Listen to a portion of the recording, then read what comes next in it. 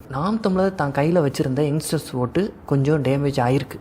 இப்போ இந்த டேமேஜை ஈடுகட்டுற மாதிரி வேறு இடத்துல இருந்து நமக்கு ஓட்டு வந்தால் தான் நம்மளுடைய ஓட்டை காப்பாற்ற முடியும். அதே சமயத்தில் அதிலிருந்து மேலேயும் போக முடியும். அப்போ எங்கேருந்து வரணும் அப்படின்னா 30 வயசுக்கு மேலே இருக்கிறவங்க. இது வரைக்கும் இளைஞர்களுக்கான கட்சியாக நாம் தமிழர் கட்சி இருந்துச்சு.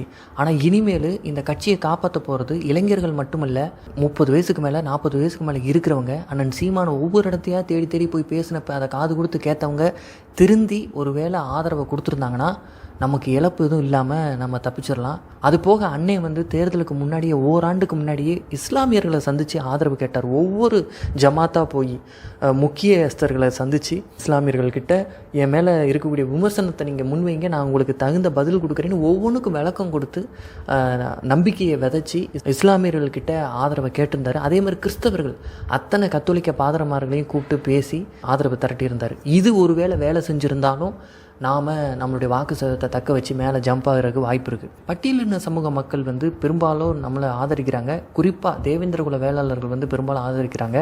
ஆனால் பறையர் சமூக வாக்கு கணிசமான அளவு டிவிக்கு பக்கம் போயிருக்கதா சொல்லப்படுது. தேவேந்திரகுல வேளாளர்கள் பெரிய அளவில் நமக்கு இந்த ஆதரவு கொடுத்துருந்தாங்கன்னா அதுவும் ஒரு பெரிய அளவில் நாம் தமிழர் கட்சிக்கு ஜம்பை கொடுக்கும். கிராமப்புறத்தில் அதிகமான ஆதரவு அண்ணன் சீமானுக்கு தான் கிடச்சிருக்குது. விஜயனுடைய வருகை நகர்ப்புறங்களில் தாக்கத்தை ஏற்படுத்தியிருக்க தவிர கிராமப்புறங்களில் அண்ணன் சீமான் தான் நம்பர் 1 இருக்கிறாரு. அதே போல் சௌராஷ்டிரா மக்கள் அண்ணன் சீமானுக்கு ஆதரவு கொடுத்துருந்தாங்க. அதே போல் பிராமின்களுடைய வாக்குகள் இதெல்லாம் அண்ணன் சீமானுக்கு வரணும். இந்த வாக்குகள்லாம் வந்திருந்தால் அண்ணன் சீமான் இந்த விஜயோட இந்த சினிமா மோகத்தையும் தாண்டி ஜம்ப் ஆகி போவார்.